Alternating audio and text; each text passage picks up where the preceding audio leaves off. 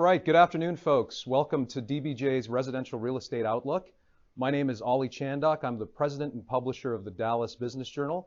We are very excited to have you join us today. We've assembled a terrific group of panelists. These folks are all industry experts. In fact, they're actually experts amongst their segment of the residential real estate industry. So we will learn a few things today. We'll examine the industry, but we're really looking forward to hear an outlook. What's going to happen? You know, we've all weathered the storm. We've all dealt with some unprecedented turbulence over the last few months. We want to hear about how they weathered that, but ultimately, how are we going to come out of this? How are we going to emerge in the next few months and, of course, in the years to come? So you'll hear from our expert panelists in a few minutes. You'll also hear from our editor-in-chief, our moderator, Jeff Schnick. But before we start, I just wanted to address a couple things. We had most of you, when you registered, you submitted questions throughout the registration process. We've assembled those questions, and we will incorporate those into the program. If questions arise throughout the course of the program, feel free to submit in the right-hand side of the box. We're on GoToWebinar. There's a question box. You can submit your thoughts and your questions there, and we will attempt to include those towards the end of the program. So folks, we're very excited to get things going. I'm going to introduce to you our sponsor that makes this possible. Republic Title is a terrific friend of the Business Journal, and they certainly made this possible throughout all of the conversations we had leading up to this. So let me introduce you to Sherry Groom. Sherry is the EVP for Republic Title. How you doing, Sherry? I'm awesome. How are you? I'm good. I'm doing all right. So let's just jump right in. I've got a couple questions. I want to learn about you guys as well. Sherry, where do you see the DFW residential real estate industry headed in the next year, let's say? You know, I actually see it going up. I can say this year has taken a little bit different turn than I think all of us expected. Yeah. So we started off the year really hot. For example, in probably March, the beginning of March, there were over 1,000 open houses, and then toward the end of March, there were 50. So right. I think we've all experienced that. April was really slow, but we've seen a great rebound. We've seen a great comeback, and with interest rates being low, that's really given everyone an opportunity to kind of capitalize on it. Sure. So we're encouraged, and we feel really good about it. So tell me about Republic. What's one unique initiative you guys have taken on in the community or in the residential real estate industry? What's something different that you're doing? Well, you know, thankfully, we have a great company. We've got over 400 employees, so we're large, but yet we're small enough to be able to make decisions quickly. So probably a year and a half ago, we chose to do some remote online notarization. We chose to kind of get that initiative started, and it really served us well during the pandemic because there were people who either were at home because maybe their company's required, or maybe they've traveled somewhere and they couldn't get out. And so we were able to continue the closing process going, keep the realtors going, keep the lenders going with that service. So that was a big one for us. We felt very good about it. So tell me just in general, why is it important for Republic to support the industry? Oh, well, because we all work here. We live here. We have, like I said, 400 employees. And so we've got families that, again, work here and live here, so we want the industry to do well. Awesome, Sherry. Any other thoughts for the group? No, I just think that we're all encouraged at Republic Title. We all feel really good about the direction that the economy's headed. Our company's really positioned itself and feels well, and we're just happy to be a part of it. Happy to be associated. Well, Sherry, thank you very much. Thank you to Republic for supporting the program. We appreciate the support, and we look forward to a great show. So let's get things started here. Absolutely. I'm going to turn this over to our editor-in-chief, who serves as our moderator, the very interesting and very esteemed Jeff Schnick. Please welcome Jeff. Really appreciate that, Ollie and Sherry, for y'all handing off today's show from the Real News Studios at Lincoln Center in North Dallas. Of course, I'm not there. I'm broadcasting live from the Business Journal's office in Uptown. So thanks for everyone joining us for today's roundtable discussion. We're going to talk a little bit about the residential real estate outlook for DFW. First, as Ollie mentioned, I'd like to thank Republic Title again for making today's broadcast possible. Also assisting us today were a handful of key industry partners who I'd also like to thank. Without their help, this wouldn't have been possible either. The Collin County Association of Realtors, the National Association of Real Estate Brokers Dallas, the National Association of Residential Property Managers, Texas RIA, Jeff Crilly's team at Real News PR. We have an all-star panel lined up today from across various residential real estate sectors in North Texas. Let me introduce them to you now. First up, Janet Allen is the Senior Vice President of Residential Business Development at Republic Title. Please welcome Janet. Next is Fred Balda, President of Hillwood Communities. Welcome, Fred, to the broadcast. Also, we have Rogers Healy, the owner and CEO, and dare I say founder as well, of the Rogers Healy Companies. Finally, we're pleased to also have Brian Palmer, who's the president, Pinnacle Funding Group. Please welcome Brian and all of our panelists. If you want to learn about any of our panelists a little bit more, you can see their bios in the GoToWebinar control panel. There's a PDF there under the label handouts. And finally, while I'm moderating today's session, and quite a few of the questions are my own, given that I'm a journalist, I wanted to ensure that the questions that mattered most to you, our audience, are actually addressed today. In fact, just over half of the questions today that we're going to ask were submitted by folks watching the broadcast right now. If you have any additional questions, also put them in the chat feature that Ali mentioned earlier, and we'll do our best to get to them as time allows. But right now, we're going to get things kicked off. So we'll start off with a question for all of the panelists about what we've all been dealing with across the country, and certainly here in DFW, and that's the coronavirus. I'll let Janet kick things off first. So Janet, how has COVID-19 impacted your operation, if at all, for your workforce and for your customers? Oh, wow, what a great question. And I wish that I could say it hasn't impacted us at all, but it definitely has. As Sherry said in the commercial, we have over 400 employees here at Republic Title spread across DFW. We have 13 residential branches. We have two commercial operations and our corporate office here in Plano. And so, yes, we did our very best to thin out and actually had about 70%, starting in March, about 70% of our workforce working from home.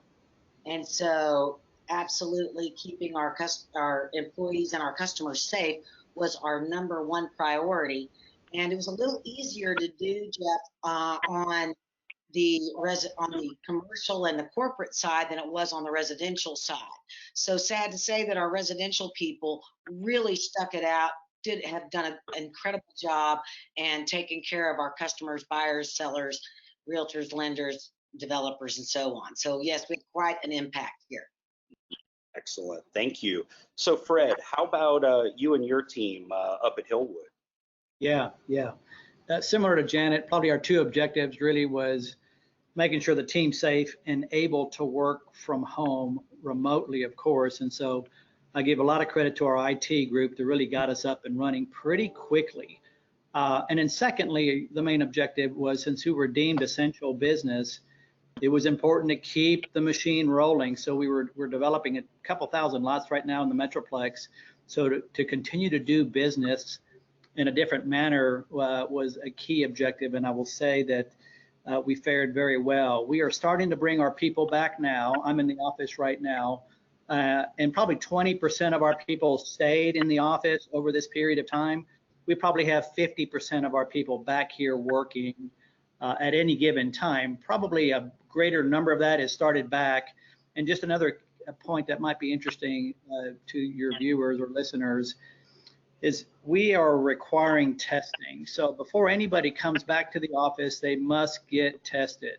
We've gone through 2 rounds of testing on our entire employees, and it's worked quite well. And then we have a pretty strict protocol. When I come to the office, I'm greeted by a nurse. I've got my mask on. This would be my mask, or sometimes for you Aggies, this might be my mask. So I got to give love to everybody. But I'm greeted by a nurse, and she takes my temperature and she takes my oxygen level through this pulse oximeter, and then I'm able to come in. I wear my mask all the way to this office. I take it off. And when I go back out, whether I'm going to the cafeteria or to the restroom or going to see anybody, I put the mask back on. But it's a deliberate protocol that we have instituted.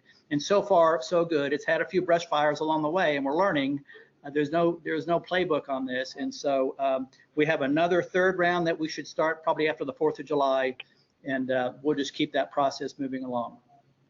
Boy, you're right about there not being a playbook for this, and I think that's an excellent segue to Rogers. You and your team are really on the front lines of this, so why don't you walk us through some of what you all have been dealing with? Sure. So to play off what Fred and Janet were saying, on March 12th around 3 o'clock, we shut our offices down, and we have not reopened. I've been up there one time to get one of my Very desks, just because I was tired of working from my dining room table. But we just yielded to the side of caution. And my approach is probably different than most real estate people. From a real estate broker and realtor perspective, at the beginning, I didn't really see what we were doing to be essential business. And I know that's kind of controversial because we're all real estate people. That's how we pay our bills. But I just, I'm a cautious guy. And my grandma's almost 100 years old, lives in an assisted living facility, and my fiance has chronic asthma. So those two things are always going to trump, bringing in revenue. So I just led with my head differently and with my heart. And we've adjusted well. And something that we've learned is in the world of real estate, especially residential, we become very routine. Right, which means it's hard for an older dog to learn new tricks, but we just really became attached to the word agile. And I think with agile, you learn how to be proactive versus reactive. And when you're managing, a development, you're managing a mortgage company or managing realtors, they need to be led. And so we just immediately altered really everything. And we were kind of, after the first couple of weeks, we're all sitting there on the back end on the staff side, like just kind of waiting, but people figured it out. And, I had to go, and the first thing I had to change was the way that I thought, because I've done real estate for a long time. And part of my processing was I can't be productive if I'm not in an office, but here I am at home. And the reason my camera keeps moving is that my dogs are wrestling at my feet. But we just learned how to deal. And it's been really a great surprise that our numbers have still increased year over year with everything going on with people working from home. So I'm probably the most extreme, business owner or leader with the cautionary, measures we've taken, but we're still very much closed. I can't even get in. I intentionally lock myself out, and I can't get into my own office. Yeah, that's a first. I haven't heard of any owner locking themselves out. So you're right that you're taking an extreme measure there, but lots of really good precautions. Brian, how about you and your team? What have you all been facing? Well, it really hasn't been much different for us. I mean, I feel fortunate more than anything because we kind of moved more to an electronic closing process a couple of years ago. So honestly, it played in very, very well. And I feel like the mortgage business in its entirety is probably going to be forced to move into that electronic world probably a lot faster because of these circumstances. So I've always balanced, obviously, working from home, working from the office, whatever, and then, going out to closing. So besides a couple of curbside closings, it was really no big difference, right? I mean, because most of my stuff is all done electronically through email, phone calls, text messages, all that stuff until we get to the closing table. So until we get there, nothing really changed for us. Mm-hmm. So Rogers, this won't come as a shock to you or any of the panelists, but a lot of the folks attending today are brokers or agents. So I had some variation of this question posed 6 or 7 different ways. So if the coronavirus becomes a little worse in the coming months, do you think that would be a positive or a negative impact on the rental market? Do you see the obvious effects like, prospective buyers putting purchases on hold, an increase in unemployment numbers really impacting consumer confidence? Does that balloon into something worse, or can North Texas weather that better than other areas of the country? That's a great question. I'll answer the first part with the rental market. I do think we're going to see people, real estate up until recently, the rule's always been location, right? And about a year and a half ago, the way I started talking or preaching was real estate's rule is going to change to affordability. And I think real estate's going to change to a hybrid of affordability and space. So we're going to see the days of the $30,000 millionaire are probably going to be over, because I think people would rather live somewhere in a rental home community, which I think is going to be a trend we're going to see in the next few years. People literally developing communities for the sole purpose to lease them out, which we've never really seen happen. So that'll happen. But I mean, we have, cranes in the air here more than probably any other city in the country, which means we got to do something with these apartment complexes. I think we're going to see stuff with those where the community living facilities, which people really don't use, and if you go and sign a lease because there's an omelet bar on Saturday, you probably got, you need to be more social anyway. So I think they're going to find a way to retrofit it. But we have seen an uptick, which April was kind of tough, right? And then May hit, and we're all just kind of sitting there, and it just started happening. It was a lot of people that were renters that just didn't want to share an elevator with somebody, where, living on the penthouse is now not as good as living on the first floor. Having access to the parking garage is a plus, where 4 months ago, people, looked down on it. So yeah, we have seen a pretty big shift in trends, and the amount of people that we've worked with on the first-time home buyer front that normally would live inside the loop are moving north, they're moving east, and they're moving west. And so we're going to see pockets like Mansfield, Richardson, et cetera, have people in that yuppie demographic that historically wouldn't have purchased there. So, it's interesting to see what's happened. The rental market is doing what it's doing, but we still have in the DFW Metroplex what every other city and Metroplex wants. We have people moving here, and you got to provide housing. But I think that it's going to shift to where people are going to start renting. If they have to, they're going to rent a single family detached home if they have the option to do so. I'll follow up that question to Fred. For you, if things do get worse with the coronavirus, the second part of that question, do you think North Texas is better prepared to handle that than most areas in the country to absorb that sort of hit on the residential side?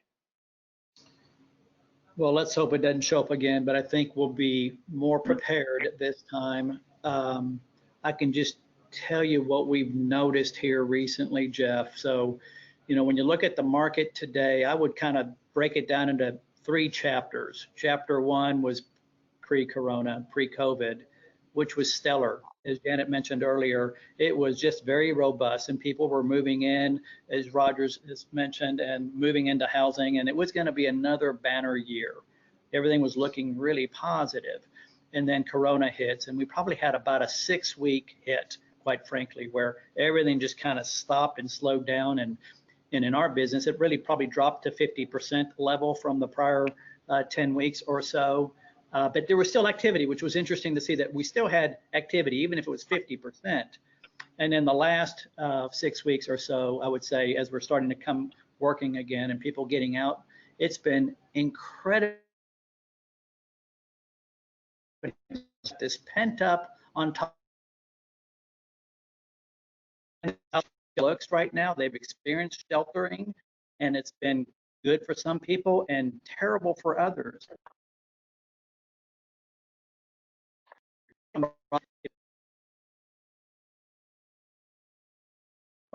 More space, I can get outside, I've got a backyard, and all those sorts of things that you think about.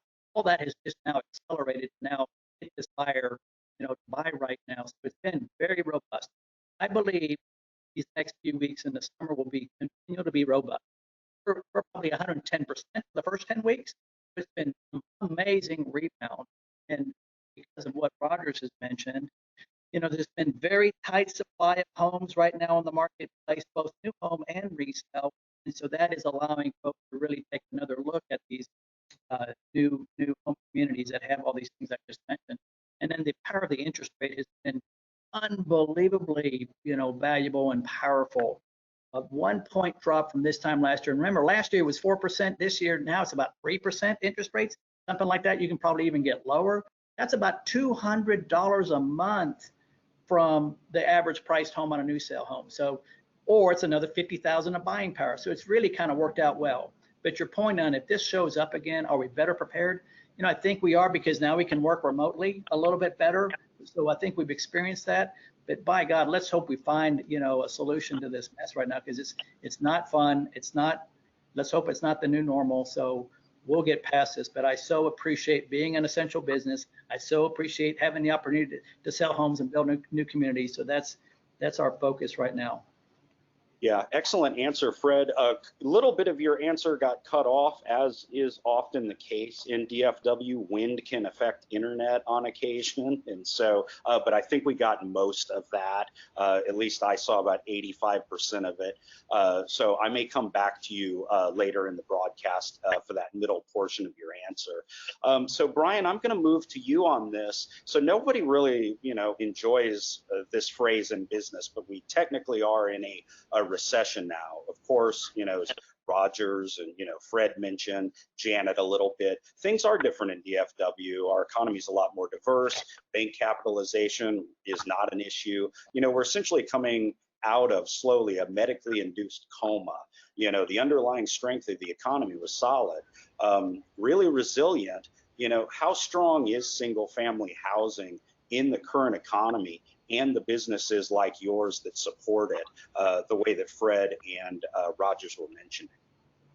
Yeah, so I mean, obviously the economy has been was very, very strong, obviously leading up to, kind of coronavirus. But,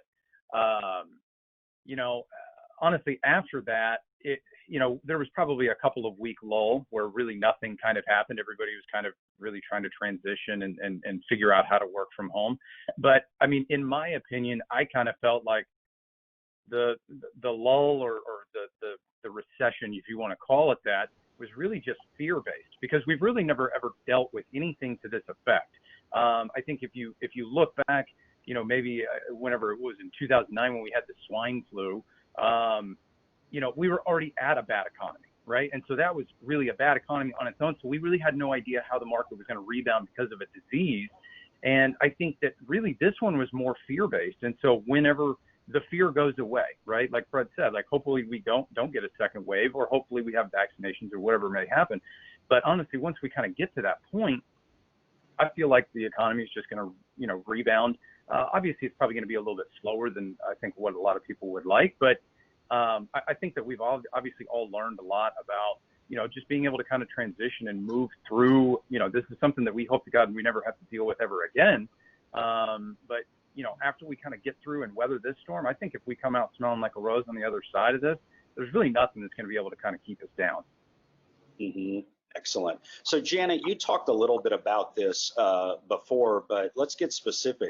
What are you seeing from your clients and in terms of business overall regarding the market's overall strength?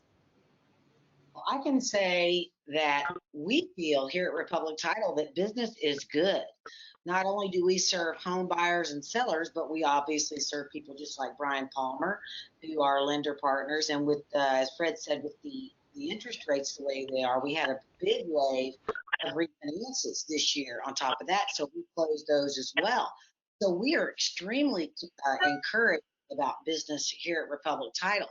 I did take the liberty of running some numbers at the markets that we serve here in DFW, and know that in May there was a little bit of a dip in home sales, but business is actually very good here, and our customers are extremely busy, which makes us very, very happy. And also, what happened there? Really, really excited and happy for our customers, our realtor customers that are incredibly busy right now, which is typical basically this time of year for the spring. We expected to see if without Corona, it probably would have been busier, but we are extremely encouraged with the way business is right now. Excellent. That's good to hear. So Rogers, you talked just a wee bit about this. Let's go a little bit deeper. How is the inventory looking in North Texas right now, and what do you think it'll look like over the next year? So inventory up until about a month ago was awful, surprisingly, and even more surprisingly, it was awful in the higher end price point. So in the DFW market, like the luxury home sales, probably over $3 million. And there just really wasn't any, which makes sense because most $3 million homeowners don't have to sell. So a word that I've started using is sprummer, which is just a combination of spring and summer, where the last 3 weeks, especially in that luxury home market, it's been gangbusters.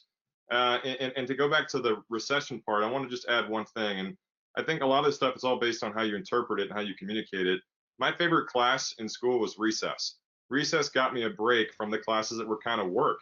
And so I think that we have an opportunity to lead, our industry to where like, hey, it's okay to take a little bit of a break, right? Because work is not going to define you. And we all work so hard. And the people that have been a part of this through swine flu, through whatever the heck is going on, it's okay to just take a step back and relax because, it's always going to be there, right? And you can always combat it. So I want to add that. But, it's been crazy.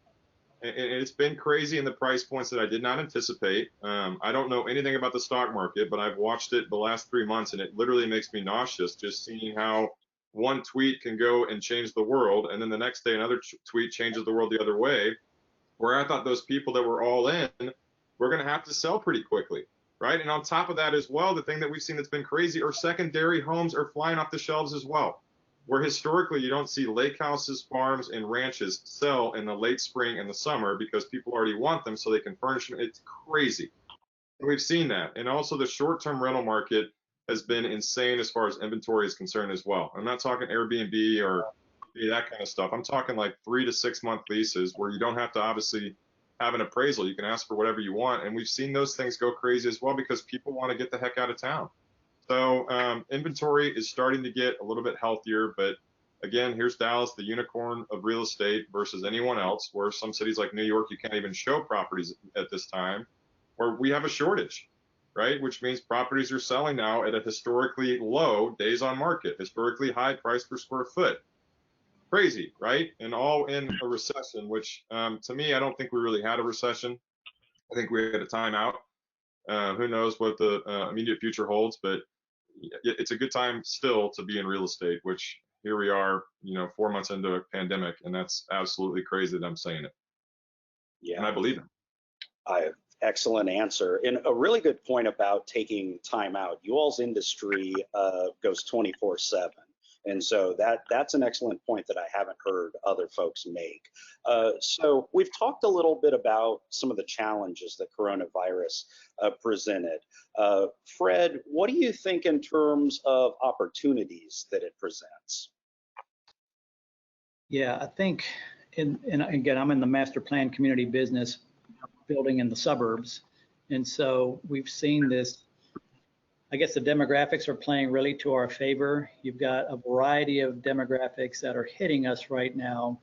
There's a millennial that obviously is creating families right now and has basically located in the urban sectors. And there's a big desire right now to move out of the urban. I think urban will survive, of course it will, but we are seeing this demand coming out of the urban sectors into suburban areas more so than we've seen in the past. We've seen the apartment dwellers really coming out sooner than later. And we're seeing, because people can move around a bit, the relocation activity has always been good here anyway. So we've always attracted new companies here. It just seems to be accelerating more so now than ever. So like Rogers has mentioned, I think our business long-term, even short-term, is going to just take off again. We were all expecting a bit of a drop-off in 2020. They call it a hiccup. It was more than a hiccup, pretty deep. Nobody expected this kind of hit for sure. So the opportunities I see in the future, at least in our master plan communities, think about why you're moving out and why you're reconsidering your shelter. I mean, you need a bigger house, you need a better designed home, you need a cleaner home, you need a better technology package for your home. And the new homes are able to really address that quite well. Our master plans right now are very appealing right now because all the normal amenities that we normally do, and you're able to do it a little bit further out. So all of our parks and trails and playgrounds and those sorts of things that probably we take for granted are really a premium right now for folks coming in and want to see that sort of lifestyle. So I think that's a big focus. One other area, and I'm really agreeing with Rogers a lot, and I don't know you, Rogers, but you seem like a good guy, a bright guy. But the rental side is really another opportunity. Now, we build lots of multifamily ourselves, apartments, but the single family rental right now is another focus of ours that I hope we can roll out at least a pilot program here in the next 6 months or so that I think will go quite well. So that's another line of business that we've observed that really makes sense. Quite frankly, I wish we had it on the ground today, and we're just not able to do it just yet. And then I also just think the creativity of these new designs. I think affordability is always going to be an issue here. We need to really address that. Interest rates have somewhat masked the affordability or helped the affordability right now. In time, that's going to creep back up right now. And so how do you design homes that are semi-affordable right now in these places that people want to be? Excellent point. So Brian, what are you and your team seeing in this regard, just in terms of opportunities that this has presented that you might not have thought of before? Probably just growth more than anything. I mean, honestly, I feel like when you have circumstances like this, there's a great opportunity for the cream to rise to the top. So I think it's, basically learning or just recognizing what you do best in comparison to what others may do, and really kind of using that to your advantage. You can kind of expose some of that stuff. So I feel like it's a great opportunity, honestly, more than anything, just because there are going to be people that they change their direction a little bit. But I think, for us here, it's just going to be full force ahead, just to, continue to try to serve the clients even better, right, than what we already did. Again, just kind of going toward that next step, making sure that we can get full electronic, online notarization. There's some things that Governor Abbott's done that, at least in the interim right now, where, notaries don't necessarily have to be in front of anybody. So, I mean, again, I think it's yet to be seen how far, how long lasting this is going to necessarily be. But I definitely think that the people in power, or the people making the decisions, are basically, they're trying to kind of reinvent the wheel, so to speak, in certain manners, just because there are going to be some people that are going to be cautious to go out, even if the pandemic goes away entirely. And so, how can we serve those people? So, Rogers is a perfect example. So anyway, but I mean, so I think it's just kind of focusing on what we do best, and then obviously, kind of correlating that to, making the customer experience even better. Mm-hmm. Janet, Brian brings up a point that I didn't ask about, but it's an excellent one in terms of some of the opportunities. I'll ask you about them for you and your team and what you've seen, but also, do you think any of the changes that you're implementing now will stick around after we finally beat back the coronavirus? I definitely think so. I can say unequivocally that is a yes. One of our initiatives, and I think Sherry mentioned it in the intro about the remote online notarization. Last year, we started what we call a digital branch. Evolve, we actually named it, and it is remote online notarization. And I am so glad, as we all are, that we got ahead of that rather than behind it, because we have closed during coronavirus well over 200 RONs, is what they're called, remote online notarization. So we got ahead of that. We're real proud of that. And so that's definitely pushed us forward. The other thing is learning that maybe not necessarily on the residential branch side, but definitely on our corporate side and here at the title plant, that we might be able to have people work from home a lot more often than not. Maybe, that they can actually do the job better and have a little bit more concentration, if you will. So one of those are a couple of the things that we certainly noticed, is that the remote online notarization, we've got that down pat. We're real proud of that. And our employees, we might be able to have a little bit more of a work from home situation. Mm-hmm. And Rogers, you talked a little bit about some of the opportunities, but I'm sure you have some additional thoughts just in terms of things that you and your team have seen that you may keep moving forward after coronavirus is tamed. Sure. So my first thought was studying markets outside of DFW, right? Dallas, to me, we don't have an identity. We're starting to get one, but if you go see somebody from you see somebody from Miami, you see somebody from LA, from New York, you're like, that person, or Chicago. Dallas is a hybrid, which means our trends normally are a couple years behind New York City, a year behind LA, and probably a year or two above Chicago or Houston. So see what they've done right, see what they've done wrong, but also prepare. And the companies that were well prepared with technology, and obviously something like a closing and a mortgage document, some of that stuff requires wet signature, and we're evolving, around the clock. But we just have to be one step ahead of everybody else. And I think people come to work for companies like ours because they don't have to worry about the mundane. And when you're faced in a situation like this, where all hands are on deck and you're like in the 8th layer of hell, somebody just needs to be told, here's what you have to do. And so we've studied this stuff. And I think that's the beauty of the news. And that's the beauty of the Wall Street Journal or the USA Today, is we can see how other people screwed up, which I would rather someone tell me what not to do versus what to do. And I think through that, leadership styles have evolved. And like Brian said, I mean, really, you make money when other people are losing money. And you grow when other people are shrinking. And right now, the opportunities for growth across the board are phenomenal, because most people don't want to go and actually process and deal with what's going on. And I think another thing too, last thing I'll say is, you got a question about the Texas economy and holding up. We're going to have a lot stronger chance if people actually go and take care of the people they need to take care of, instead of going and mocking it. Like, Texas is the greatest place on earth. It's the greatest country in the world, right? But we still have something where the trends are doing this. And every single day when they come out with the numbers, that's one more day that we're not going to be back to normal.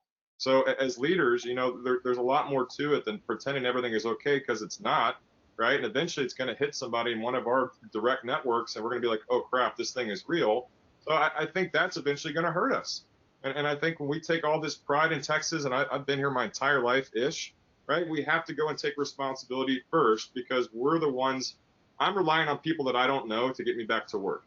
And that obviously gets me really, I'll just use the word passionate, but like, that's not how this is supposed to go. And out of all the states in the country, Texas is the one that's still trending up, right?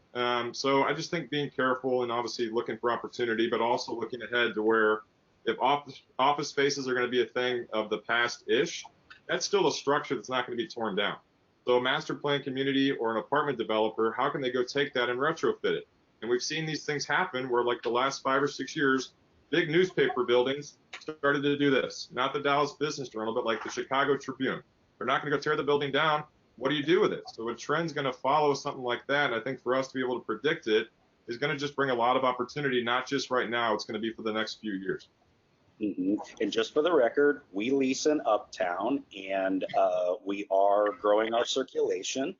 So we are not downsizing like most daily newspapers. Yeah, I was saying these old school people that were not agile, Yeah. people that did not go and pay attention, are the ones that eventually are the case studies. And a company like y'all and a company like ours, there's a reason that we're still standing, is because we paid attention. And you can't just get locked into what everyone else is doing, because eventually you're going to be like, oh man, I remember that company, right? It's like, no, you have to adjust to the times. Mm-hmm.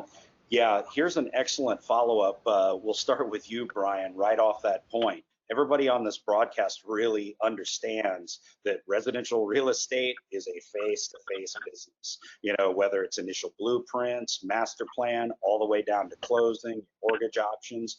So, Brian, you've been known to drive hundreds of miles to make sure you're there in time for a closing, you know, for a customer. You know, that's kind of what you're known in the community for. So how hard has it been to manage people's expectations? Like Rogers just mentioned, some folks, they want to pretend this isn't happening. You know, how do you handle a customer who really wants that hands-on approach? And what adjustments have you and your team had to make throughout this process? Yeah, I mean, I've always felt like, you know, in a world of automation is obviously great. We all need automation. However, you lose that personal touch of things. And, you know, so that's why I feel like when I go to closings and stuff like that, people are obviously a lot more comfortable. They can ask me any questions. Title companies see hundreds of sets of documents a day. Realtors don't know. They're not supposed to know, obviously, what's going on with the mortgage side of things. But if I'm there and I can answer the questions, it can obviously set people at ease. And that's what the whole thing is. It's the last taste in their mouth is the closing. And so if it goes awry, that's the last thing that they remember. And so it doesn't matter how everything else has gone. So from a procedural level, honestly, things have, you know, typically we wait until the inspection comes back to order the appraisal. But given the amount of business that's kind of going on, and appraisers don't really put purchases as a precedent over refinances like underwriting does, you know, it's lengthened the underwriting turn time. So it's just really kind of setting the borrower's expectations up front of, listen, this is how we normally do it. But because of these circumstances that we're in, underwriting turn times are a little bit longer. Closing times, or I mean, underwriting times are a little bit longer. Appraisal turnaround times are a little bit longer. We're going to have to take a little bit more risk. It is what it is. but we're going to have to take a little bit more risk and order that appraisal a couple of days early, because if you want to close in a 3 to 4 week time period, that's what we've got to do. So, I mean, at a certain extent, like, we can't control anything. So we just have to basically modify our processes accordingly and set those borrowers' expectations up front so that there's no surprises in the end. It'll be a good surprise, right? Not a bad surprise. So that's really just kind of what we've always tried to do, and really what we've had to modify over the last couple of months. Mhm. Jeff, I'd like to make a comment on that, if you don't mind. Yeah, because that E word, the expectation word, where we have been doing closings here in the Metroplex for almost 30 years and never been through a pandemic. I am not going to lie. That has been quite the challenge, even with the remote online notarizations, mobile notaries, and the like. We have got to keep everyone safe. And so here, where it seems like things have settled down a little bit with coronavirus and people kind of getting out more, we are still trying to be very, very cautious, and we hate to disappoint any of our customers, buyers, or sellers, but ask for understanding and grace during this time, because it is not gone it's not gone. And so we're truly doing the best we can with what we have to work with and keeping everyone safe. And the curbside closings, everybody knows it gets hot here in Dallas, Texas. We're in June. And so what we're trying to do is meet our customers where they are now, rather than what we've had. Some of our branches still have their doors locked. We're calling, getting people in one by one. I'm not going to lie, it has been challenging, certainly probably for the last 3 weeks in particular. Rogers, you touched very briefly on this earlier. So what adjustments have you and your team had to make? Like, what's the impact been on people who have wanted to see homes? Did virtual tours help blunt this at all? So as far as like what we've actually physically done, I mean, we don't even do an open house. There's all sorts of addenda and documentation that's been done on the back end by the Texas Association of Realtors that the problem is it's not mandatory. And when you tell a salesperson that something's not mandatory, then they already forget about it. So we've just made it mandatory for our office, and all these documents, right? My job, among many other roles that I have, my biggest job is to remove risk, right? And a lot of that risk is for me to where I don't want to get sued. So we have documents that we use, but stuff like an open house, it's not just an open door and bring your whole family and spend the day there eating cookies.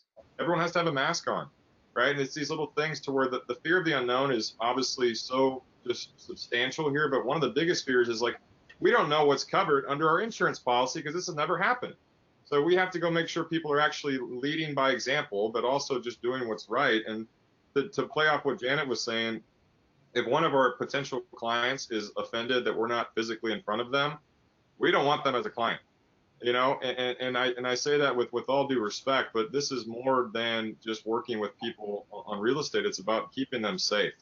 And on top of that as well, something we've seen too, there's 3 Ds that I've learned in residential real estate. It's death, divorce, and debt. Out of those 3 Ds, the divorce thing is probably going to come into play, where we're going to have twice as many buyers. And then we're going to have people making babies too, because they're going to need a bigger house. So we're going to have to learn how to adjust to this stuff to where we need stuff like the mask that's approved. We need the documents that are taken care of. We also need people to be a little bit more specific. Instead of spending their Saturday afternoon looking at 15 homes, pick your best 3, right? And just because this kitchen has a cool cabinet that you like, just use the photo and don't put the sellers out of their way. And then we've also seen, last thing I'll say, is listing agents in some price points have tours that are called agent to meet, which means they're not just a lockbox on the door. You have to meet me there. Normally it's for price points, maybe over $1.5 million, $2 million, but we've seen that in the entry level price points. And in large reason, not because they're afraid that someone's going to come and do something inappropriate. They just want to make sure the buyers are following protocol too, right? In the first couple of weeks of this, you got an Amazon package, you go inside with your hazmat suit on and you wipe it down before you even get your dog bones out. Right? And we've learned that that's not as dangerous as it was, but we still want to make sure people are being respectful, which is going to lead to the realtor commission being stronger than it ever has. And we've seen less people trying to negotiate our 6% because we really are earning our fee well and above beyond we did before this whole thing hit. Really excellent point. Fred, question for you. With the apparent move to master plan communities, from the more urban developments. Is there a particular master plan community that you feel has the most value in the current environment? That's like picking your favorite kid. They're all great, Jeff. You pick your flavor. But let me talk about a couple. Pecan Square is our newest project in the Alliance Corridor in North Lake, Texas. And it's just an amazing community. We haven't been quite open for a year yet. And I bet you it's one of the top selling communities in the entire Metroplex right now. We have big master plans. We have 10 communities. We have 3 master plans in North Texas, and the 3 master plans are in the top 10 selling communities in the entire Metroplex. So they're all great communities, and each one has a particular personality to it. What makes Pecan Square, I would say, unique is we have 10 builders out there. We've got 6 different product lines, so we really segment very nicely across all price points, all product types. So it's very appealing to a consumer to get out there. It's got a wonderful Pecan Square itself that is really energized right now with all kinds of amenities. And we're underway building a co-working space right now, which is really, I think, long-term going to play to our favor, where you have all these folks working from the house right now because they have to. There's actually a large population that we cater to that already work out of the house or travel quite a bit, and so that home office is very important. And so taking that survey a while back, we concluded that it made sense for us to maybe develop a co-working neighborhood space within the community, which should open here in August or so. Technology has been huge. When you walk into that home, day one, everything is set up. So you don't have to wait on your service call to get it all teed up. It is pre-set up, which is unusual for any new community to have. One other quick thing that I think is really cool and really neat and really innovative is we have what we call these Amazon lockers in the community center. So as you know, a lot of folks that are traveling might order from Amazon. I know my wife orders quite a bit from Amazon. And so you got these boxes that show up constantly on the front porch. So if you're home, that's great because you can bring the package in. If you're not home, there's a chance it might get stolen. Yes, it might get stolen. And so you've seen some of that happen across the way. So now if you live in Pecan Square, you can either choose to have it dropped off at your front porch or dropped off at the community center in one of these Amazon lockers. So it's really convenience is what we're trying to sell out there right now. And that's, I mean, we had our biggest month in May across the entire portfolio. And I want to say that Pecan sold 52 homes. That Aggie math, that's over a home a day. That's pretty darn good. So a lot of pent up going on right now in communities like this, but they want that. They want good amenities. They want good internet service. You better have great fiber in your community. And in these new communities, you're able to really design that up front. And so it's not a retrofit. So each home is a smart home. Each home has the front doorbell. Each home has this connected, opportunity within the home. You're connected to the community center. It is cool. And I think that also plays into the vibe that a lot of these young folks that are wherever they're living like the cool vibe of a new community. So we're able to really offer that. So anyway, I could go on and on, but it's going quite well. But it hits price point, it hits different design, it hits the new designs that are really appealing and important to young families or adults. It appeals to business. So you're having e-commerce happening within your own neighborhood. So. And I can talk more later if you ask me an alliance question, because we got a really neat, innovative idea going on there too. But I'll stop. Thank you for the time. Sounds like we're having an after party at Pecan Square. I want to go there. After party at Pecan Square. I'm in. I'd love to show you around, Rogers. And you too, Brian. You too, Janet. Jeff, come on too. Awesome. I've been lucky enough to see it via helicopter, Wow. too. So it's it really is impressive. It'd be a bit of a commute for me. I'm not going to lie. But yeah, no, it is impressive up there. And we will be talking about the Alliance Corridor here in a little bit. But Fred mentioned another point that Rogers had touched on earlier. So Janet and Brian, I'm going to ask you all, are you seeing evidence of that pent-up demand coming out of this? And, are you seeing just more customers, business coming to you? It sounds like everybody you're dealing with is a lot busier than maybe you all were even expecting coming out of this. Most definitely, Brian. If you don't mind, I'll Go for it. I see pent up demand, and especially in well, Dallas and Collin County, very, very busy. Our orders are up from last year. We are very surprised about that because the market itself took a little bit of a dip in May. So that's surprising to us. But we're seeing more about, I would say, during the pandemic, when we first started back in March, our order count, and those are title orders, were about 50-50. 50 purchase, 50 refinance across our 13 branches. Now where we are at 75% purchase and 25% refi. And the rates are still amazing. So, like I keep saying, we are extremely encouraged, and I see it. We have a builder account up in Collin County that's just blowing the doors off, selling home after home, day after day. And then in Dallas, the existing home market is robust and strong. Yeah. How about you, Brian? Are you seeing evidence of that pin-up demand and all the business you're doing? Oh, absolutely. I mean, no doubt about it. I mean, honestly, what happens is obviously when the coronavirus started, right, rates took a huge dip. And the thing is with my business or with any financial business, when something like that happens, everybody gets wind of it and everybody calls you at the same time, right? And so all of a sudden you just get flooded with a bunch of refinances. Now, once obviously, things started to kind of lift, there was an article out a couple of weeks ago that said that obviously the purchase market was increasing by 40%.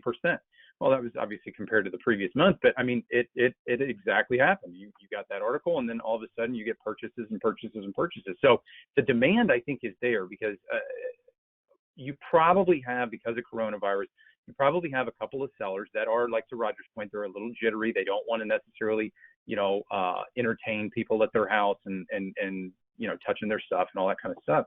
But and so what does that do? That's just going to delay some sellers from listing their properties, and all that does is just drive up demand because there's even less inventory. And so the buyers are there, and the buyers have been sitting at home, and they've been pent up, realizing what they don't like about their current house.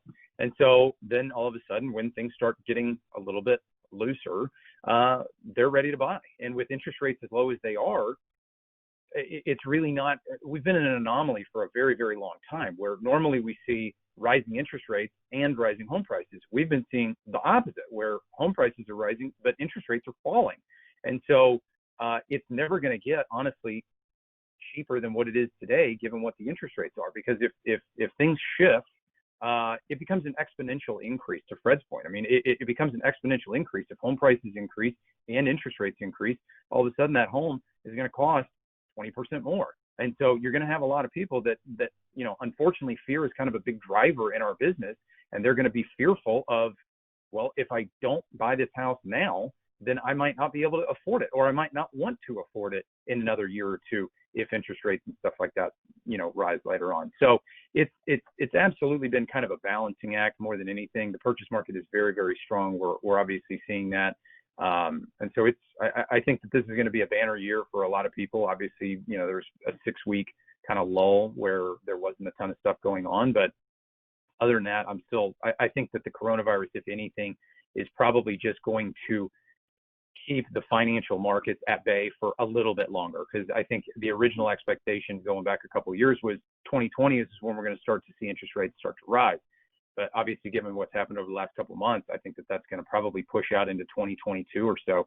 So we should see a very, very strong economy. My guess is for the next couple of years.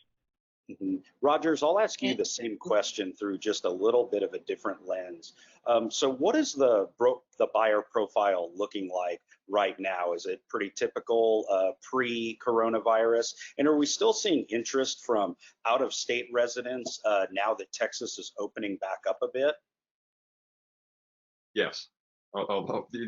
Yes to all. But we didn't really see a slowdown of people interested in Texas, right? And if you think about it, no one goes anywhere, including the bathroom, without this little thing right here, right? And eventually, you're either going to be looking online at Facebook, at Instagram, a dating app, or all of a sudden a real estate app, right? And I think a lot of the buyers that we've seen have been people that had no intention of buying 3 or 4 months ago, right? Which means that you're going to have that whole influx of people coming to you as well. But yeah, people want out.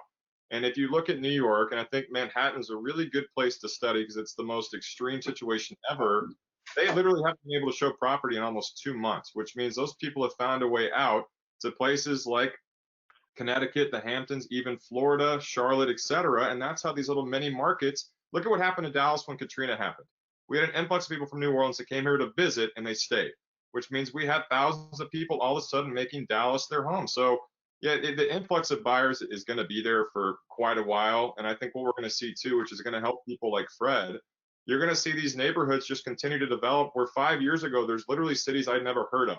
And then all of a sudden there's thousands of homes that are being built, which means there's thousands of families that need them. So, you know, there's way smarter people in this industry than I am, and they're crunching numbers and doing some homework, meaning that there's going to be a need for this thing a few years out, which is why we're expecting DFW to expand to freaking Oklahoma, literally in the coming years. It's because you're going to run out of room. So yeah, we're in a really, really good place. But even if interest rates go up, and at 3 or 4%, that's really not high.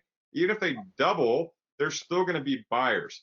But I think we're going to see an influx of people on the storage space side of things as well when that happens, because I collect a lot of stuff. My mom calls me a hoarder. I call myself a collector, right? And I think you're going to have to find a way to put your stuff somewhere where you can still afford a home. So we're in a really, really ideal position here in our market. Even if things really take a turn for the worst, people are still going to be buying. And on top of what I said at the beginning, the people that would have leased are going to probably find a way to buy instead. And I think that's going to give us that much more security for years to come. Fred, that's an excellent segue to you. Rogers makes a really critical point there. Texas has a competitive advantage in a recessionary environment. So regardless of how bad things get, things are still better off here. So let's talk a little bit about our growth pushing towards Oklahoma. So Alliance Texas is an excellent example, of how to pull together, the corporate, the industrial, serve companies, but also offer the residential mix so that those employees have a place to live as firms expand and relocate up here. So clearly a lot of growth is happening up in that area, almost to the point that, I joked a few months ago that Montague County is going to be a suburb of DFW within the next decade. So how are things looking for you all right now? And to what extent do you see growth in that Alliance corridor over the next 5 to 10 years in terms of either population or net new home count? Sure. So let me take you back for just a little bit. So Alliance started 30 years ago, if you can imagine that.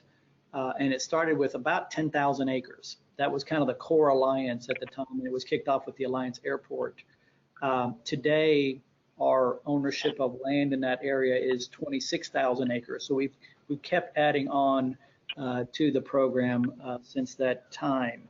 What makes Alliance kind of neat and unique really in all of US of A is that, number one, it's large. Number two, you got a variety of different uses in real estate that really plays off of each other. You've got the big Alliance Airport, you've got the industrial activity that you mentioned earlier, you got the commercial activity, you got the retail activity through Alliance Town Center, you got all the apartments that we own out there that's really being fueled right now, and you got all these neighborhoods that we've been building over the last 30 years. So today Alliance is probably 50% built out in 30 years. So we've gone through about 13,000 acres. So Aggie math, that means we got another 30 years maybe. Hopefully I'll still be around. And so a lot of growth into the same sectors. I mentioned all the neighborhoods. I want to say 40% of our portfolio, of our residential businesses happen in the Alliance corridor. So that's a very strong corridor for our particular division. And we've done business in probably a dozen states across the U.S. So Alliance is where we started. Alliance is where all of our new businesses are occurring. So it's a great pilot program. So something that I mentioned earlier that I think is kind of interesting is just the innovation going on in that corridor. You got to constantly reinvent yourself.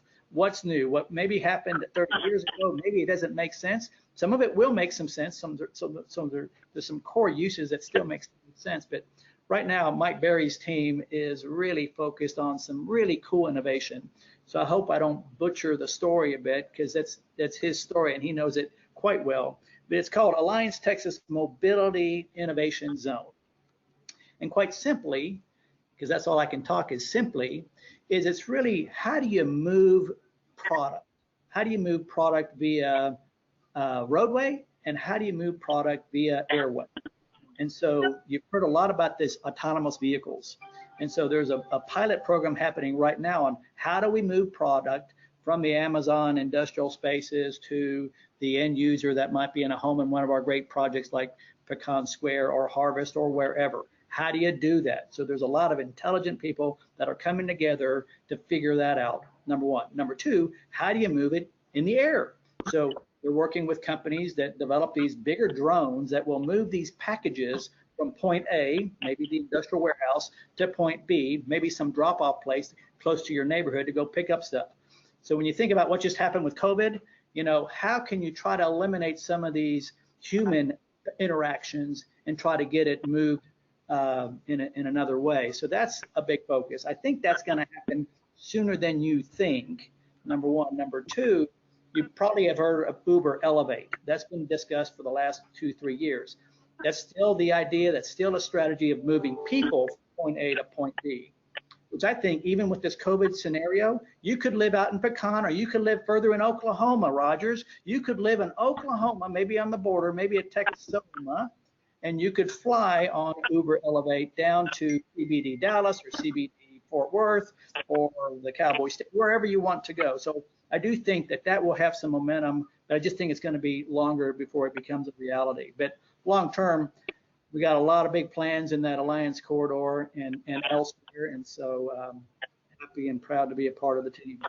Yeah, appreciate that. So Brian, question for you, and I'll also ask Janet essentially the same thing. You know, how are your industries, and you, Brian, specifically on, you know, the mortgage, you know, the banking side, the finance piece, planning to deal with or currently adjusting to the mortgage backlog and appraisal woes that are delaying some of the closings in our area? Or are you not seeing that on your side? Well, I think honestly, Jeff, you know, kind of going back to my, you know, previous point is just really kind of setting the borrower's expectations up front, right? So, and again, you know, me being, you know, a banker, I'm the one that carries the risk, right? So if there are circumstances, obviously we're not going to close a transaction without the appraisal completed, but that there are also processes in place with all the lenders, title companies, all that kind of stuff, where we can get to the end, get the closing disclosures done, all that kind of stuff, even if the appraisal is not completed yet. So, you know, unless there are some unforeseen circumstances, like you have a rural area or just a lack of appraiser availability, most of the time it's been kind of a moot point, honestly, because refinances are kind of backlogged because they're not going to take precedent over purchases and from an underwriting perspective.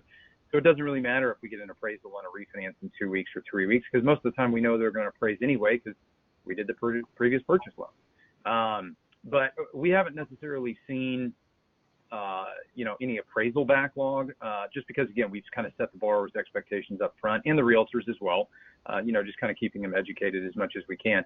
I think that the most difficult part for obviously us is there's only so much time in the day, right? There's only so many applications and phone calls and files that we can close, and, you know, places we can drive to go close them curbside.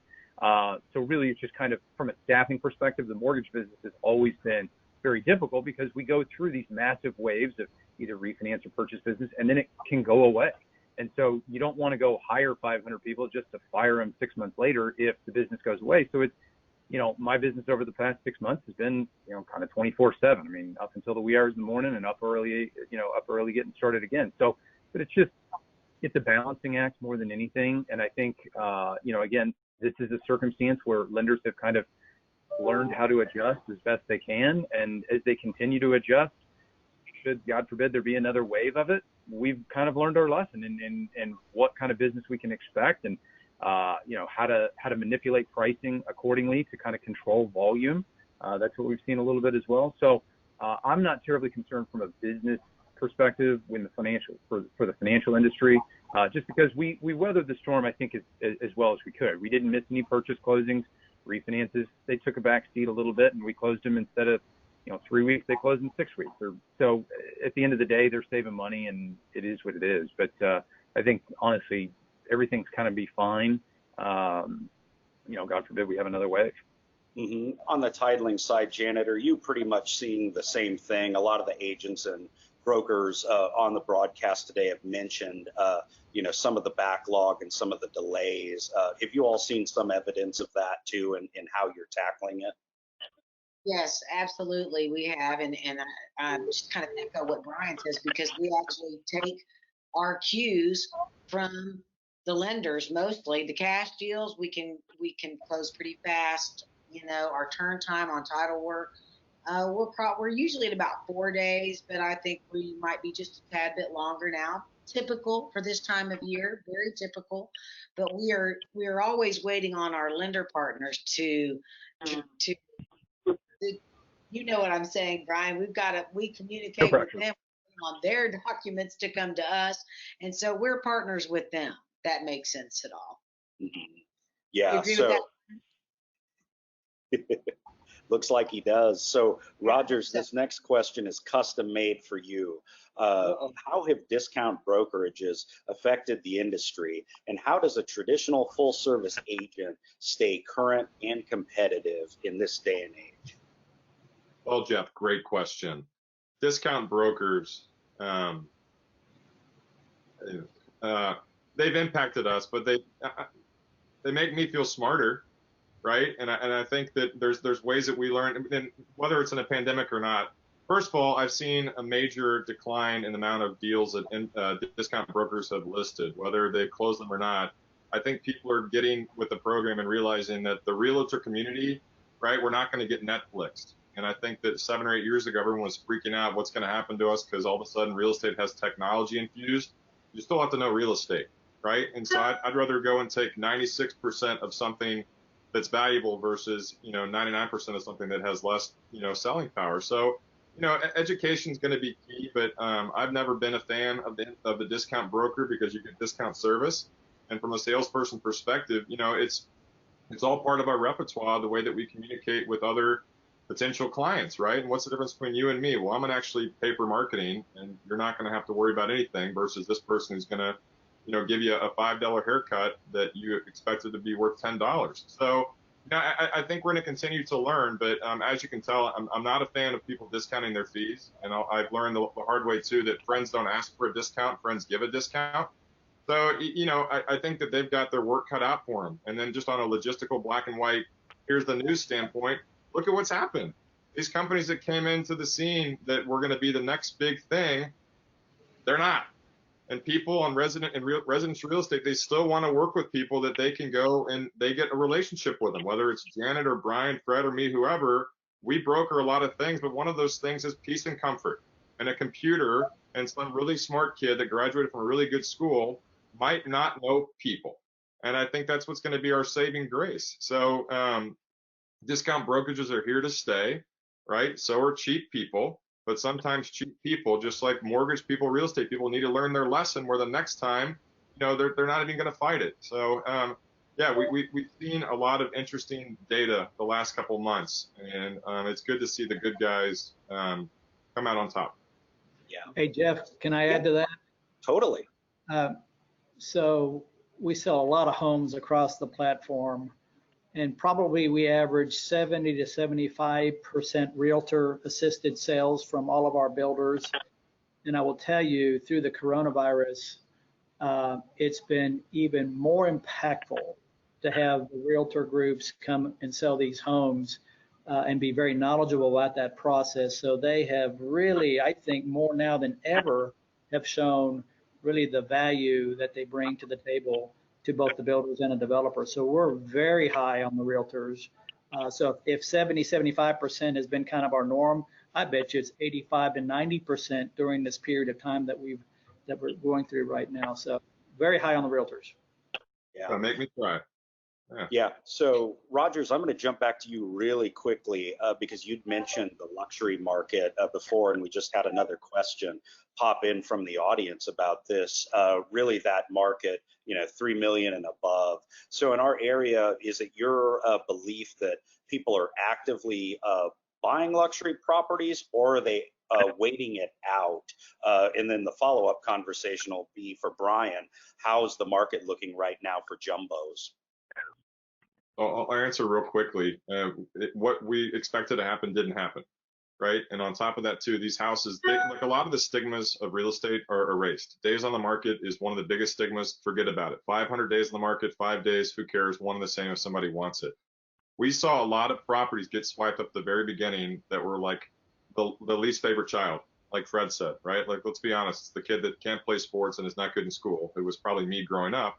All of a sudden, that's your prom date. So we saw people, transact at a pace we didn't think was going to be possible, which led to people thinking about selling in those price points, which again, if you're selling for 3 million, you're probably buying for 4.5.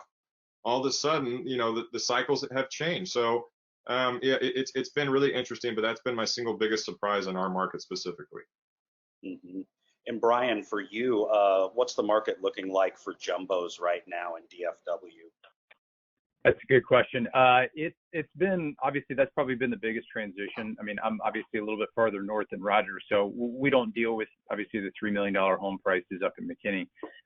But, I think I've done well over, obviously, the last several years of kind of aligning myself with a core bunch of investors. So it's going to be a storm that has to get weathered. I think that when you look at something, so unprecedented like coronavirus, it's very easy for people to shut off the tap on the riskier side of things. So we've seen obviously kind of a retraction from on government loans where there's going to be higher credit score requirements. And those things have been in place for decades, right? And so all of a sudden one time, one thing happens and they're changing that. So, and jumbo is going to be obviously with the lender carrying the risk and not having the security through the Fannie Mae and Freddie Mac systems. Jumbos, they took a hit. Right now, I still have options available, but the 3.5% 30-year jumbo fixed, it's gone. Right now, it is. And there are some select markets, obviously, that that might have kind of an appetite for those, and it will come back. I don't have necessarily any concern about that, but I kind of feel like probably latter part of summer, early type of fall, we're going to see kind of that risk tolerance kind of come back from the investor side of things. Where they're going to get an appetite for obviously jumbos. Now they may not come back at the 3.5% level, but they'll come back. I mean, obviously it's a great business, a great business model, but it's a very, very easy thing for people to shut off when the unknown happens. Mm-hmm. All right, so final question as we're running out of time for all of the panelists. We got to break out our crystal ball here, and we'll start things off with Janet. How do you see the DFW market changing in the next 3 to 5 years, Janet? Well, I would have to say my crystal ball tells me that history is the best predictor of the future in my mind. And I feel like we've weathered some really great storms in the past 10 years since the last recession. And I honestly think we're going to be fine. I do believe that there's going to be a big wave out to the suburbs. And I'm kind of seeing a little piece of that right now. But I believe that we're going to be just fine. I've been in this business for a long time. I don't even want to mention how many years. And we, as Rogers said, we are the unicorn of residential real estate. I love that, Rogers. Yeah. How about you, Brian? What do you think changes over the next 3 to 5 years in our area? I think it's going to continue to be strong. Like I said, I think interest rates are going to probably, because of COVID, I think that interest rates are going to stay. I think the Fed's going to be under a lot of pressure to honestly keep interest rates and keep the economy to a certain point where interest rates remain low for probably another couple of years. But, on top of that, I also think that there are obviously more businesses that are going to come into the North Texas area just because of the restrictive nature of other states. Nothing against New York and stuff like that, but there's people that literally can't work, and those businesses are going to potentially fail if they can't reopen. And so if you're a business owner in New York and you see an opportunity to move and work in Dallas, there's going to be some businesses and then some ancillary businesses that follow. So I think because of, unfortunately, this circumstance, I think that there's going to be an even greater opportunity for Dallas to just expand its market share with homeowners. Right, Fred, I'm sure you have a few thoughts on how things might change over the next few years in North Texas. Yeah, you bet. But I don't want to lose sight of, the amount of job loss that we have just recently incurred has been phenomenal across the entire U.S., but even in DFW. March, we lost about 350,000 jobs. When you look at that alone, that's crazy. We've been adding about 100,000 new jobs for the last 10 years. And so March just took 3 years out of play. Now let's hope that these folks get rehired back again. And so because of that, I think short term, we're going to have a great summer. I do believe the balance of quarter 3 and the balance of quarter 4, I believe we're going to take a bit of a pause to kind of see what happens with the virus, what happens with the rehiring of people or not. So there's going to be a wait and see, I believe, over the balance of this year. Then I think next year can really be a commanding year again, and we would have taken our quote recession pill this past year and really get gangbusters again. I think we're seeing this immigration continue to accelerate. So long term, I think North Texas is going to be a beneficiary in real estate. So I'm excited and I'm pumped up about single family residential and rental residential. Excellent. Rogers, I'll close it out with you. What do you see in your crystal ball for the next few years? So I don't think the music's going to stop, but I think it's going to slow down. I think we're going to go from like a really like fast Eagles song to like kind of like one of their ballads, you know. And speaking of the Eagles, Don Henley, a Dallas resident, if you're watching this, I am your biggest fan. But it's bound to adapt, right? And we can all sit here, and I'm a very pragmatic person. I'm sure this is going to make people think twice, but we're in the best real estate market probably in the world. Right? And if you see something like Minneapolis, what the heck is going on there? If you look at it, in the last 2 weeks, 25% of all of their listings have come on the market, which means they're going to go somewhere, right? And places like New York City, holy crap, people want to go and leave New York City for the first time ever, and they want to move to a place like Dallas, which means they probably spent their savings moving here. So we're going to see people resetting, you know, which is going to probably lend to the rental market being steady. But as far as, you know, overall opportunities are concerned, we really truly are in the best city in the world, right? And it's hard. Dallas is not a city. No matter how hard we try, no one's ever to come visit Dallas because they want to go to Dallas.